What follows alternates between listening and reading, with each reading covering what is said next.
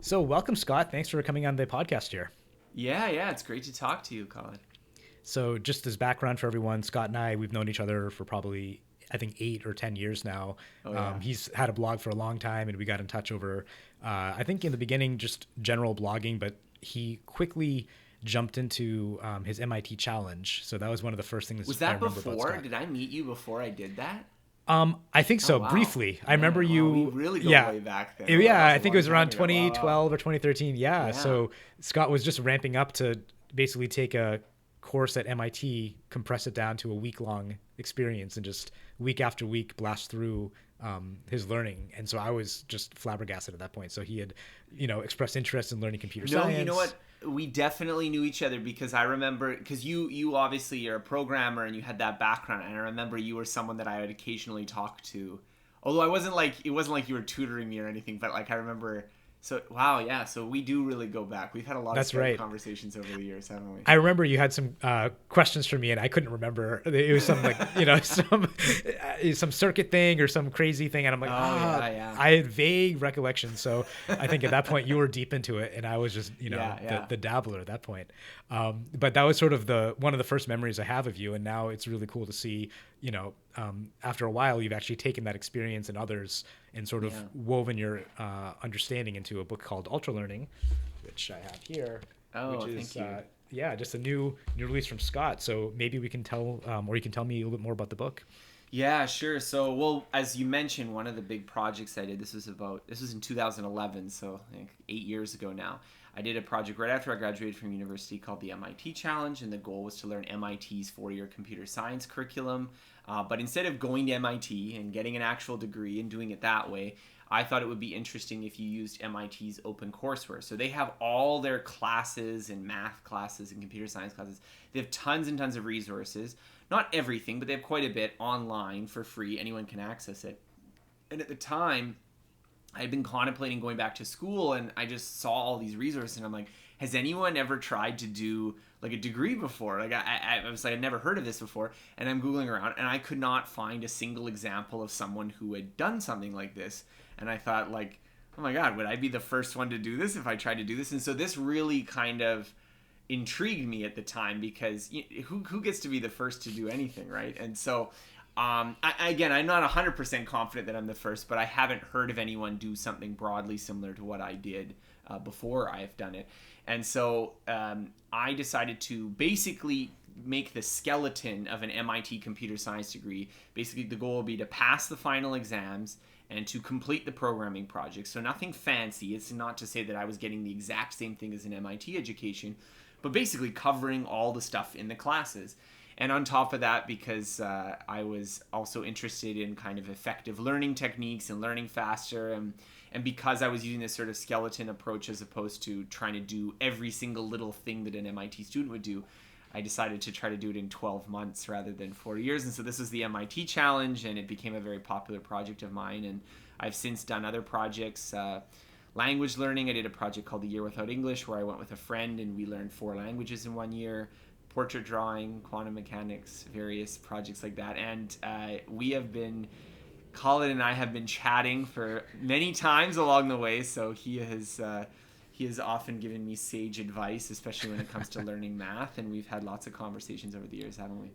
Yes, we have. No, I've really enjoyed it. It's been really interesting for me too, from the sidelines, because I didn't realize in my own learning we sort of have these mental models of what learning looks Mm-hmm. like. And even though I write on my blog and I try to learn things on my own, I still sort of have the normal academic semester curriculum. So I sort of Yeah. feel like, okay, there's a pace, and you learn calculus in a year. That just Yeah. Yeah. seems to be what it takes. And so the idea of going through a class, at 10x, 50x the speed, it's almost a little bit like the mental 4-minute mile. It's sort of, I think, once there's a barrier, but once it's Yeah. crossed, it's like, oh, that barrier. I mean, with physical things is quite different, but there's an idea that we might have limits in ourselves that are just structurally imposed. Again, a class is taught for 50 students. Yeah. It's out of a textbook, and the textbook isn't really geared for optimal learning necessarily. It's trying to maybe explain everything or be definitive. It's not necessarily geared for quick acquisition of information. It's sort of like this comprehensive tome, and it's not really trying to get you to learn something quickly necessarily. Yeah, I think that's something that I've been kind of encountering a lot, and definitely even like this first big project I did, this MIT challenge, was very explicitly like modeled off of higher education and like getting a computer science degree, and that I think is a lot of people see learning and acquiring skills in that way, that we're so influenced by the education system. And so part of my goal in writing this book as well was to document people who got really good at things that matter, but in ways that have nothing to do with going to school or nothing to do with that kind of formal process that we think of learning. But obviously they are learning, because what is learning but getting better at things that you don't know how to do right now? And so Ultralearning was sort of also my hope that in putting together the book, it would broaden people's mindsets about different ways you can learn things. So one of the things, people will say, well, how important is method? Or how important is learning method? And I think part of it is just that we're so narrowed and constrained in our thinking of this is the way you have to learn something, that we don't even realize how those assumptions about it influence while we're doing things. So obviously if you hold everyone into the exact same box and they all have to do it exactly the same way, then yeah, only the smartest person is going to get the best grades because everyone's doing it exactly the same way. But if you think about it, if you were like going into a university class right now and you walked into a class on Russian or you walked into a class on Spanish, and then 6 months later I gave both groups of people a Spanish test, the people who walked into the Russian class would do a lot worse. So, no matter how smart they are, right? And so I think this is just at a very basic level. It shows that like what you choose to learn and what you choose to study and this kind of thing makes a big difference. Now, obviously, picking the right thing to learn is an important thing, but I think at the same time, we often discount that because we're kind of operating from this like, well, you have to do it in this exact little box way.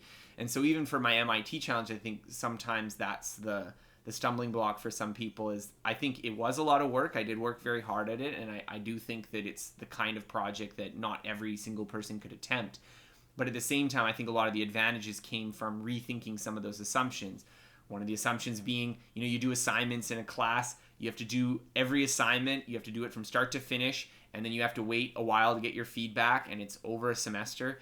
And why not do it one question at a time and get feedback immediately, right? Or instead of watching the lectures at the normal speed, why don't you watch them at 1.5 times the speed or 2 times the speed? And if you don't understand something, you can go back and rewatch it. And so this book was for me trying to expand people's minds to other opportunities that they might have to learn things that matter to them. That's great. And as you mentioned that, I realized, there's so many hidden assumptions we have about what learning should look like. So in school, you have assignments, you might get feedback a week later from your homework. So you're not really fixing the problems as they come up. Or even testing. One thing I like is using testing not as a punitive tool. I think most tests in school it's just a way to rank and say, okay, this is how good you are, and maybe you'll improve on the next test. But you use it more like a diagnostic tool. It's almost like a blood test or something. It's like we're trying to find where the problems are so we can fix them, and not just sort of use tests as sort of a ranking method, which is unfortunately what happens a lot in school.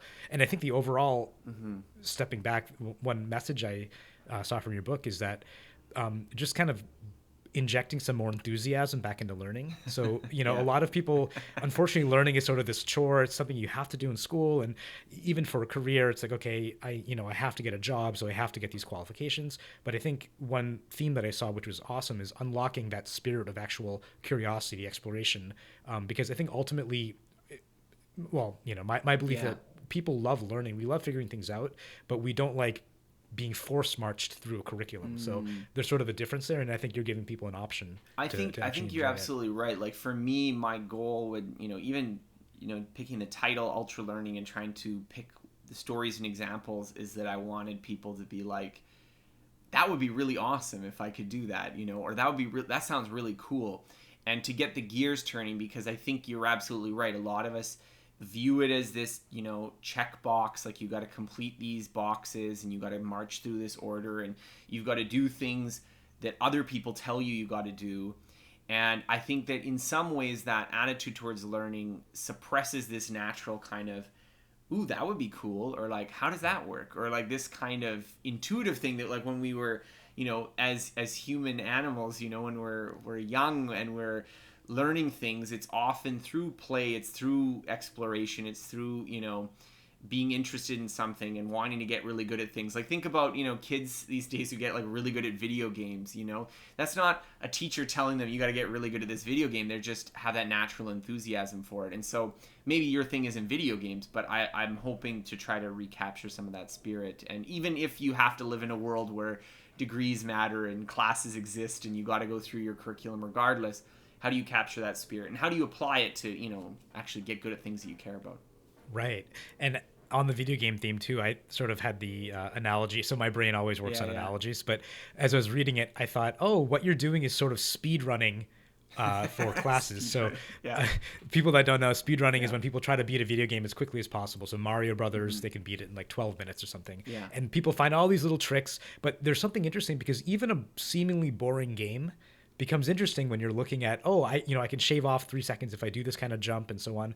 And so with learning, I think almost any subject, if you learn or if you approach it with the goal of how quickly can I learn this, it sort of makes it more of a meta, system that you're trying to optimize. Yeah, even not just like how quickly can I learn this, but what are the ingredients that go into learning it well, and understand how those things work. Because again, this is the idea that I like.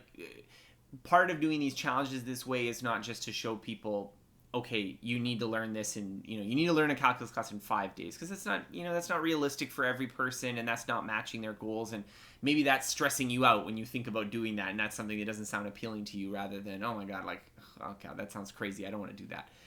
But rather it's what goes into the process of getting good at things, so you can figure out, how do I get those ingredients, how do I prevent having these obstacles? Because I think learning is often this very mysterious process. It's often this thing that you either get it or you don't. And especially with math, especially with these subjects, these conceptual subjects. I was having a conversation with this woman who was, saying she's failing out of her degree program in computer science. And I was saying, well, can you tell me what's happening? She's like, I don't know how to study. And I was like, well, could you give me some examples? Like, just tell me an example of the class you went through. And she was describing going through linear algebra. And she was saying, I went through linear algebra and I walked through an example and it didn't make any sense to me. So I stopped. And then I said I was going to study, and then I didn't. And then 2 weeks before the exam, I'm cramming, trying to get as much as I can, and then I failed the exam. And to me, this is just such a classic example of, to this person, they don't understand how understanding works. They don't understand how would you take something that you don't get at all and break it down into a process where you could actually approach it. And this doesn't mean that learning isn't work. It just means that it's not magic. It's a process that you can achieve. And I think for a lot of people, it's this obstacle. It's I tried doing that and I failed, and I have no idea how I would get good at that. And that is the big obstacle. And I think the goal isn't necessarily just to learn things that you're not good at. Even you could apply the same strategy to something that you are good at and just maybe making it a little bit better. But it's this same idea that we're talking about learning, and especially, talking about conceptual subjects. You are facing something, you're like, I have no idea what's going on here. What the heck do you do now, right? And I think for a lot of people, the answer is, I don't know. Maybe you read the textbook again. Maybe you just, okay, well, I'll just keep working on problem sets. Well, I guess you just have to memorize how to do it. No one understands how this works. And I think this is unfortunate. And so one of the other goals of this book was to try to map out, what are the ingredients in getting good at things? What are the ingredients in learning? What are the main principles? So that when you're looking at your learning process, it seems less like magic and more, if I have these ingredients in place, if I have these sort of things set up the right way, I will get to the destination I want to reach. And so I'm hoping that there will be less people that, get stuck, whether it's learning math or learning a language or learning a professional skill or learning a sport or what have you, that they will just get stuck at that.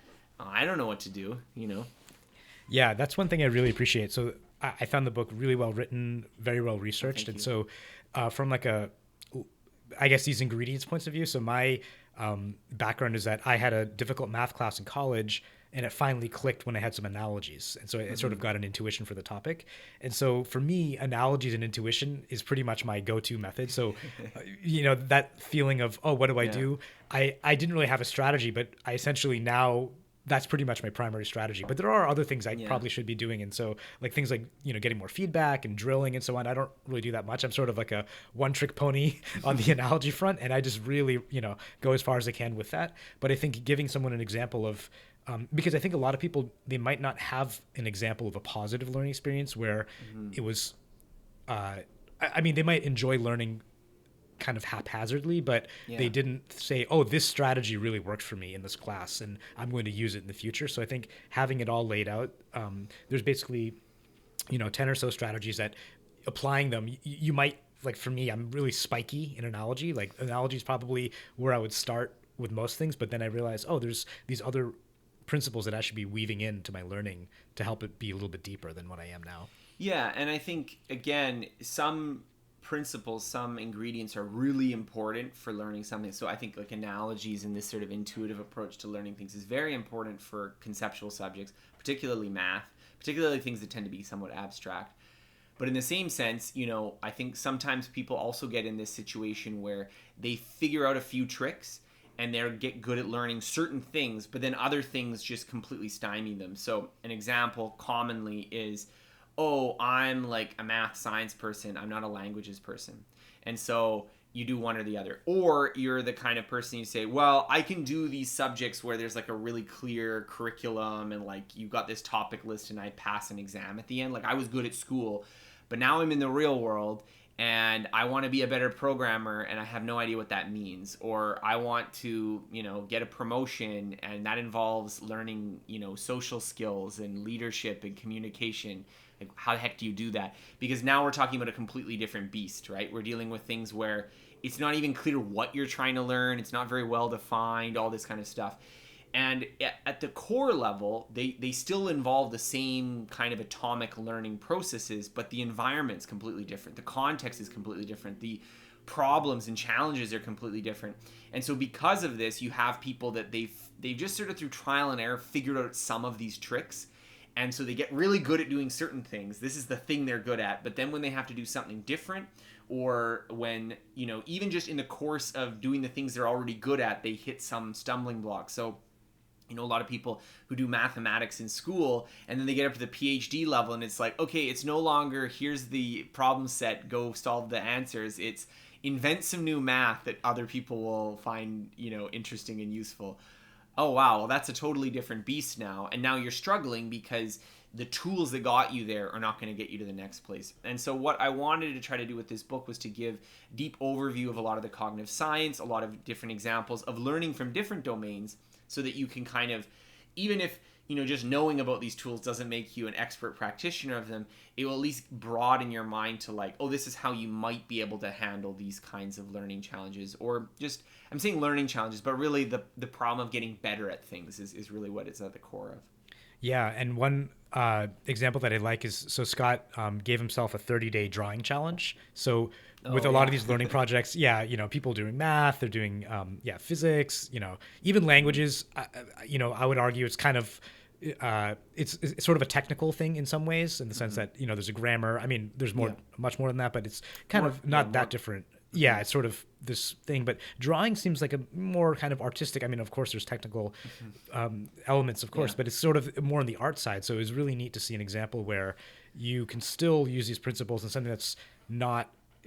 People wouldn't think of drawing as something that you could cram for, and I'm using cram in Yeah. just sort of like compressed time learning. You think, okay, it might be a years of study or something, but you in the book. Actually, I might have a photo here, but basically the before and after of 30 days was really impressive. I mean, Oh, thank you. yeah. So here for the video audience, I don't know if you can see it, but essentially we have, I mean, like a decent portrait in the beginning, but then there's a beautifully shaded kind of self-portrait, and now that's after a month of practice. Yeah. You know what's funny, because I did that project and I did so that was sort of, I did one at the beginning and then I did one at the end, but that wasn't actually like when I started learning how to draw faces. So I was working on it and struggling for a while, right? This is how a lot of these projects come about, is that I'm working on it and I'm like, this is really hard, like it's not just happening automatically, So for me, the how I pick these ultra learning projects is often I'm interested in doing this, but I'm hitting roadblocks for some reason, right? And so it's sort of like, if I put in a serious concentrated effort, maybe I could get through those roadblocks, but at the same time, just I'm not picking it up casually. And so I did this book called Drawing on the Right Side of the Brain, and they make you do a before and after. And so I did this whole book way before I did that 30-day, like several months before I did that 30-day project. And so the funny thing is if you see my drawing that I did, like, so this isn't like 4 months before that project started, so not even that long before I went through that first course, my first portrait, oh my God, it's so bad. And I was going to use it, but then someone was saying, well, but then it's no longer really part of the 30 days. So we're like, okay, let's be authentic here. Let's do the actual before and after for that 30-day period. Even though this was like something that happened like a few months earlier and I hadn't done a lot of practice since then. It was just like, I learned some techniques and I got to the starting point of that photo. But if you see the first one, it's just, it's terrible. It looks like, the Napoleon Dynamite where he's like, I spent half an hour shading the upper lip. Like, it was like that. Like, that was my first drawing. And so I think if you saw that photo, you would be maybe, this guy doesn't know how to draw at all. And so I think that's true of this, that for a lot of people, again, like, I'm good at things that involve, thinking and memory, but then as soon as I have to use my hands or body or something like that, I'm not good at it. And so, I don't claim to be an expert in all things, but I do think what really interests me is the learning process itself. What is it actually involved in getting better at things? And so that's really what I've spent the last 10 years or so of my life thinking about, was what's happening at that fundamental level that allows you to do things, and trying to give people that sort of broad view of learning, rather than just here's some techniques that work only for this subject, but rather what's going on when you get better at anything, so you can, apply it to the thing you want to get good at, even if it's not something that has been, really well documented that this is the right way to learn it, right? Yeah, and I think that's something I appreciate too, is that kind of realism in terms of trying to make sure, where the rubber hits the road are these techniques actually working? And so again, you self-experimented on multiple projects in different domains. So I think it would be, for example, I don't even research learning that much, but if I were to write something on this, it would be still from the conceptual intuition side. So I would probably say, okay, bring intuition to everything, but I don't know how that I don't know if that would really work with drawing. And so I haven't really, played enough in different domains. And actually, this is out of curiosity, but do you think there's something quite different, let's say, about physical skills? So I noticed maybe someone had done yoga, but sort of compressing something like that, there's physical recovery and so on, but maybe some of the things. So I did, like, one guy, so we were, this was sort of a year or two before I started writing the book. I decided I wanted to reach out and get some people to do their kind of own ultra learning project, because one of my things going into the book was recognizing, everyone knows survivorship bias, right? That, you just pick the winners and you can draw all sorts of crazy conclusions about them, but then you might not realize that, well, actually, all those things that you were saying the winners were doing, well, a lot of the losers were doing it too, and that's not really the distinguishing factor.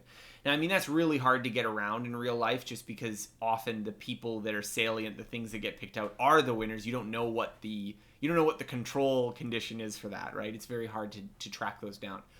So when I was writing this book, it was, let's take some people, let's guide them through it and see what I can learn from kind of taking people from zero to their own ultra learning project.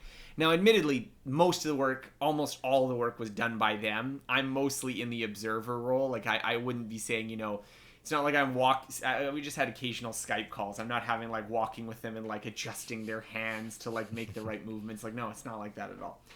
But at the same time, I got to witness firsthand people trying ultra learning projects, why they succeeded when they succeeded, including one example, which was like one of the most dramatic stories from the book, this Tristan de Montebello guy who chose public speaking, which, I wouldn't have had any knowledge of how do you get good at that. And he ended up going from near zero to being in the top 10 for the world championship of public speaking in about 7 months.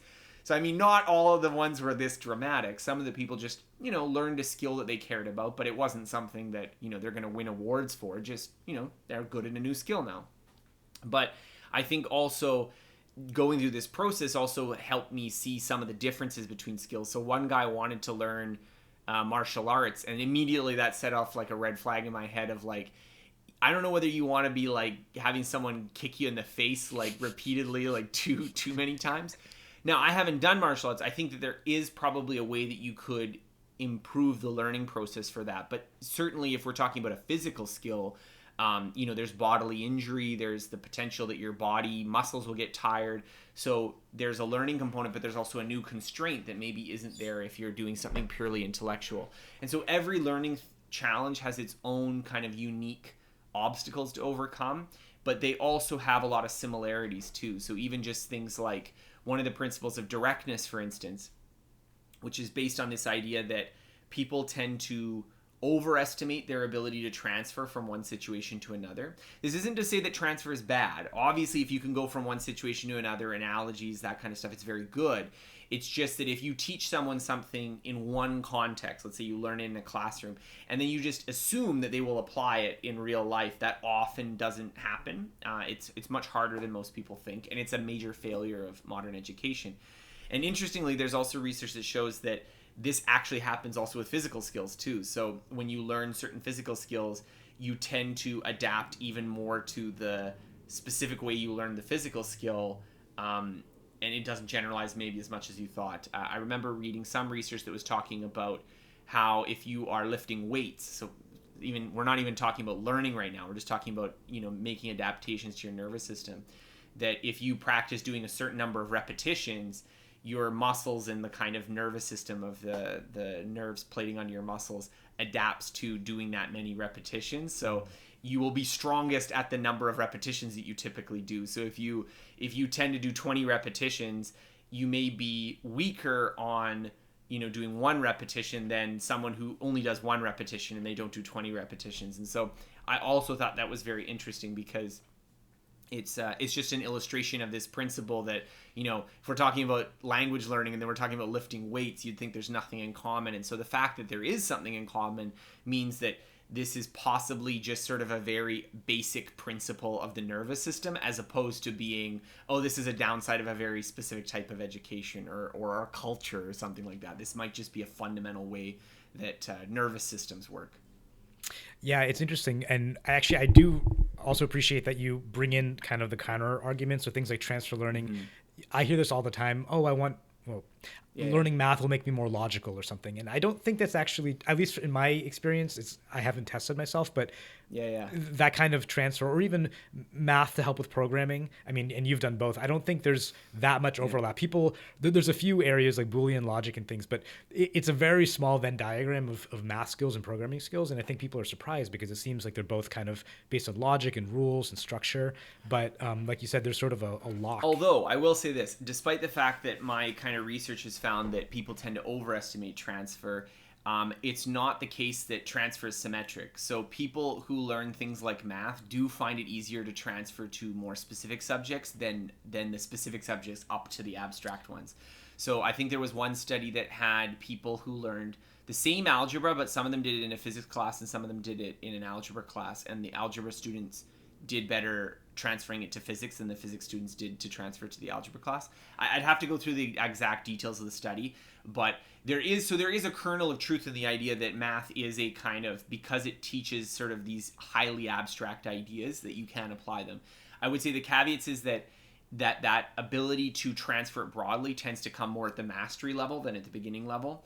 So again, one of the things about the transfer research is just that the only reason that there is a paradox of transfer or a problem of transfer is that there is a certain group of people, namely the experts on a topic, who think you should be able to make a connection between two things that are different from each other, and it's the students who can't.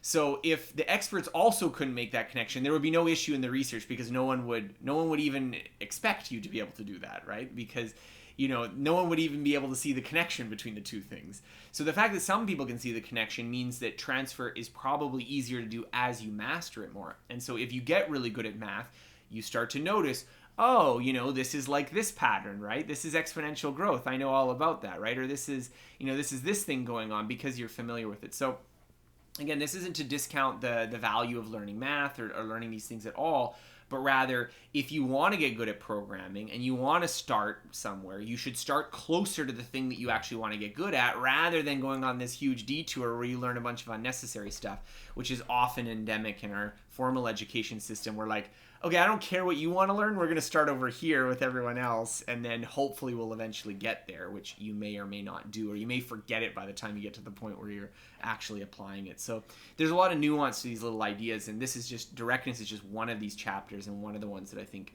can really help people in improving their learning projects. No, that's great. Actually, it's a good distinction because I think the experts, they probably do have connections that aren't present at the student level, certain intuition, Yeah. certain analogies, and so they're actually able to bring those. And you're right. If you learn something at a surface level, you probably didn't get that deep understanding. And also, I like what you mentioned too about the all the prerequisites. I think a lot of people think in order to learn X, Y, Z, I need an army of steps before I can get started. And I think just getting people, getting out the door to try without having to get everything lined up perfectly is a huge lesson, because I think, again, in academic subjects, right, here's a reading for this week. You can't take class B until you've done class A. Learning simultaneously, I think, is and is again, so again, it's like just important to kind of point out, I think practicing transfer is very good. It's, so the point I'm making is not that transfer is bad. Transfer is obviously great. It's wonderful when you have it. It's just that people tend to be worse at it than like educators or people who design curricula often think. That they think, oh, if I teach you this abstract business idea in a business textbook, then when you go to work in the field, you're going to start applying it. And that often doesn't happen. Or I'm going to teach you some rules of inference about critical thinking, and now you're going to make smart investing decisions. No, you're not. That's the thing that people struggle with. Now, if you're in that critical thinking class as a student and you're like, let's try to apply this to investing decisions, that's very good. If you're in a math class and let's try to make examples and analogies. So let's not confuse the message. The message is definitely that that transfer, if you can do it, is very good. And so I think the kind of work that you do, and obviously I've talked a lot about analogies and intuition making in my own work in the past. So this is something I think is very important for math and physics and for learning things.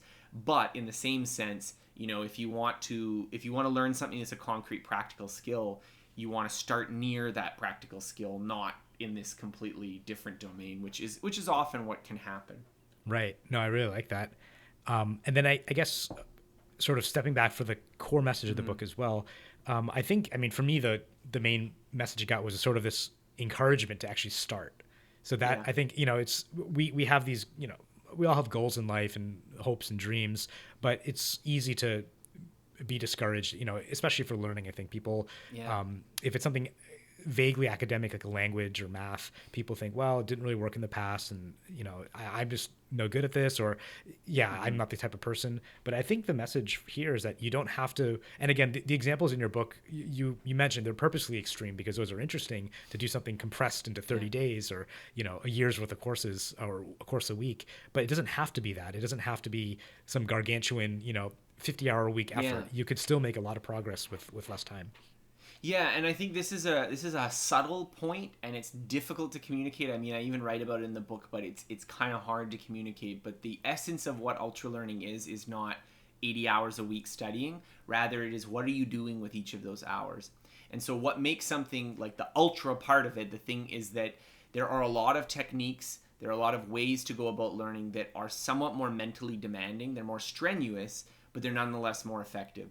So to use an exercise analogy, we could exercise by walking at a leisurely pace for 6 hours a day, or we could do sprints. Now, in terms of the time investment, the leisurely pace one actually takes a lot more time. The sprints are hard, but it's not because you need to do it 80 hours a week. It's because sprinting is hard, right? But there's probably some evidence, at least in physical fitness, that the sprinter is probably going to have better cardiovascular health than the slow walker. I mean, with certain exceptions. Talk to your doctor before starting any exercise plan. Don't listen to the talking heads on the screen. But I mean, the idea being that there are benefits to having a elevated heart rate when you're doing that kind of intense physical activity that maybe aren't present from walking. Similarly to learning. Again, it's an analogy. It's not a direct same principle idea here. But similar to learning, there are ways of approaching learning which are more mentally strenuous than something that you might default to, but nonetheless are much more effective in terms of your ability to learn things. So for example, one of the classic examples is review versus retrieval, which I talk about in the book. So review is what everyone does in their university classes to study. Literally everyone is reading their notes and then recopying their notes and using different colored highlighters and making little circles and concept maps. Don't do this. The thing you need to do when you're practicing for a test is to practice retrieval, which means you shut the book and you try to remember what you can without looking at it. Or to, look at a heading for a chapter or a unit and cover it up and do that. Or to do practice questions, or to do flashcards, but basically to try to recall from memory, given a prompt or even given no prompt, rather than to just look it over again and again and again. And doing this retrieval, doing this kind of practice is uncomfortable. It is like the mental equivalent of sprinting. It is hard to do. It is strenuous. You will get more tired more quickly, but you will be much more effective in terms of your use of time. So this is just one example. Directness is often another example. What do we want to do when we want to learn a language? We want to get a nice fun app on our phone and we want to play with it and just, I'm just going to do a little bit here and here, maybe while I'm, sitting in the bus or something like that. And you spend 6 months doing it, and then you go on some trip and you can't do anything. And you're like, well, maybe languages just take decades to learn, and, or maybe I'm not good at learning languages. And no, the thing that you needed to do was practice actually trying to have conversations with people much earlier on. And so the people I document in the book who are very successful at learning languages, this is what they do. This is how they do it well, is that instead of doing a phone app, they schedule an online tutoring conversation with a service like italki.com, and they, okay, I'm going to use Google Translate, I'm going to use dictionaries, but I'm going to actually try to practice a very simple conversation, and that builds up the ability to do this. So I think, again, the idea of ultralearning is really investigating what's happening in every moment of your learning process, and how does that sort of approximate the ideal, or how does that match with what you should be doing. And if you make some simple adjustments, it may be a little bit more intense, but because you're going to get so much further in your progress, I think you'll find it a lot more rewarding. Yeah, and that's a great point too about the discomfort.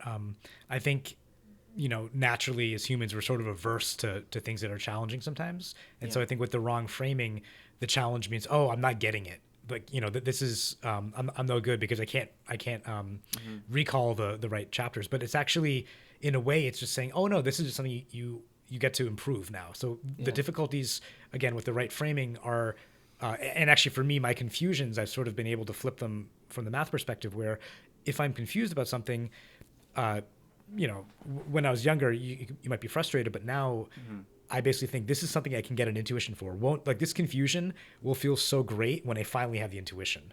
So you sort of turn that challenging experience into something that could be positive once you overcome it. So I think for the, I'm sure in languages, for Spanish, I have like a language partner. I speak with her, and it's uncomfortable versus reading a grammar book, but it's more satisfying when you get it. So it's sort of that. The pros and cons of something being difficult is that surmounting it, you're much more happy, I think, afterwards.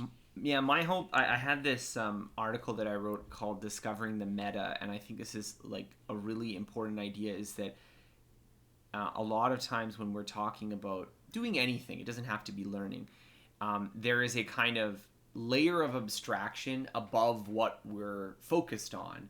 And that helps make sense of some of the patterns that seem confusing underneath. And so one of the things that I'm hoping to do with this book is to sort of expose people to the idea of thinking about what they're doing when they're learning and what is the process that's going on, and understanding it at that layer. Because I think a lot of problems, which they are problems at the sort of object level of like what you're actually trying to learn, they start to make more sense when you look at them at this sort of higher level of abstraction. So when we're talking about math and you're sort of saying, well, I don't get this calculus thing, I don't get calculus. But if you're thinking out in terms of, okay, well, what are you actually doing when you learn calculus? Well, you're learning to do some procedures. You're learning to actually do the algebra and solve the problems. You're probably memorizing at least a few facts, especially things like, for integrals, you're memorizing some trigonomic identities and a few things like this. You're memorizing a few rules too. You got to know the chain rule, the product rule, quotient rule. Like, you got to know these rules. And especially for integrals, you got to know more tricks, because there's no, easy way to solve every possible integral. But then you're also learning patterns. You're exposing yourself to, oh, well, this leads to this, and this leads to that, and these patterns are starting to form in your mind. And so once you start to see it at this level, now the process of learning calculus is not just, well, how do you learn calculus? I don't know. it becomes a process of how do I do these things? How do I, how do I remember all these trigonomic identities? Or how do I get good at doing the procedures and not make little mistakes? And how do I sort of think about it? And, we're also talking about analogies and visualizations and these things. Like, what are the kind of core metaphors? What are the kind of core, thinking tools for applying this? I know one of yours, I think that really stuck with me was about the complex numbers and, the Euler's formula and the like doing the circle thing. For a lot of people, this would just be something to be memorized. But of course, you're sort of, this is a core way of thinking about what's happening when we're talking about imaginary numbers and stuff. And so these are all just examples of, once you start thinking about not just what are you doing, but what's the process behind what you're doing, then you can make a lot of improvements, which, they're not obvious when we're just thinking about calculus, but when we're thinking about, well, what is going on when you're learning calculus, I think that really changes things. Yeah. And I think from the meta levels, I mean, there's so many strategies here. It's not like you need to apply every single one, but even for my own learning as I'm going through, I think a few well-applied strategies can elevate your typical experience. So instead of it being the semester long kind of trudging through and learning, just getting better feedback or being more direct. I don't know if you need to perfectly apply everything, but just getting started and taking a few nuggets and just applying them and see how they work. Because this is more like it's a reference. It's got everything you would want to use. And I think, which is awesome because then you can find a strategy that works for you. But even just a few things like analogies, feedback, being direct, testing yourself, not to judge yourself, but to find the gaps and to try to fix them. A few of those things, I wish I had them when I was younger. I basically, again, kind of one trick analogy pony. And I sort of tried to make it work as much as I could, but with a few more strategies, I think things would have been easier. And there's also nuance too, because I think there's, we were sort of talking before this call that one of my goals with this book is that I wanted someone who has never really thought much about learning process at all to be able to pick it up and find something useful, find something inspiring, maybe even just encourage them to try a learning project. But I also know, like, this was a book that I wanted to write that if I were to read it, someone who's like obsessed over this for like 8 years, I wanted there to be new stuff for me as well. And so even on topics like feedback, for instance, I did a lot of research on feedback that you don't have to do now. You can read it in the book, because feedback is an example where, at the really sort of low resolution version, feedback's good. You want to get feedback when you're learning. So if that was your takeaway, that's great. But at a sort of more sophisticated level, well, there's different kinds of feedback, and you need to like process this signal in different ways. And you maybe want to like be tweaking your ratio of positive to negative feedback so you get more information about each time you do it. And so, there's lots of these little nuances. So if you're actually really good at something, then maybe the thing you could be asking yourself is, how do I get more negative feedback? Who asks that as a question? Very few people do, but you need that if you need to get better at something. If everyone's just congratulating you all the time and everyone's like, oh, that's great, you actually need to be adjusting that dial. And so again, I think, we were talking about directness, and like there's sort of an overall idea, okay, do the thing that you want to get good at. That's sort of the simple low resolution version.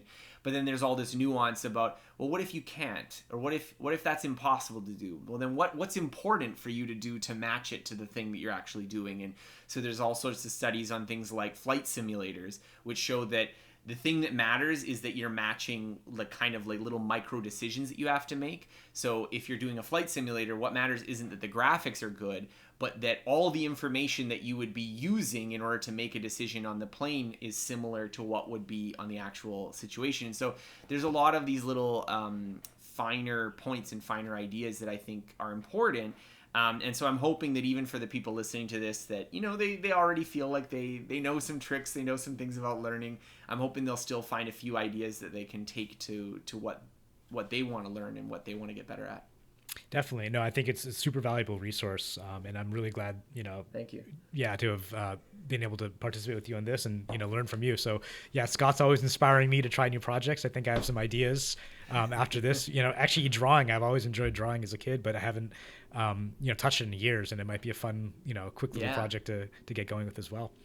Yeah. And I think as well, I want to say, I've really enjoyed your ideas and your thoughts on getting better at learning, especially learning difficult subjects like math over the years. And so Khalid has helped me out on many of the early sort of brainstorms for this book and drafts of this book. So I definitely appreciate your help in putting all this together. Awesome. Well, thanks, Scott, and hope to talk to you soon. Yes, thank you so much.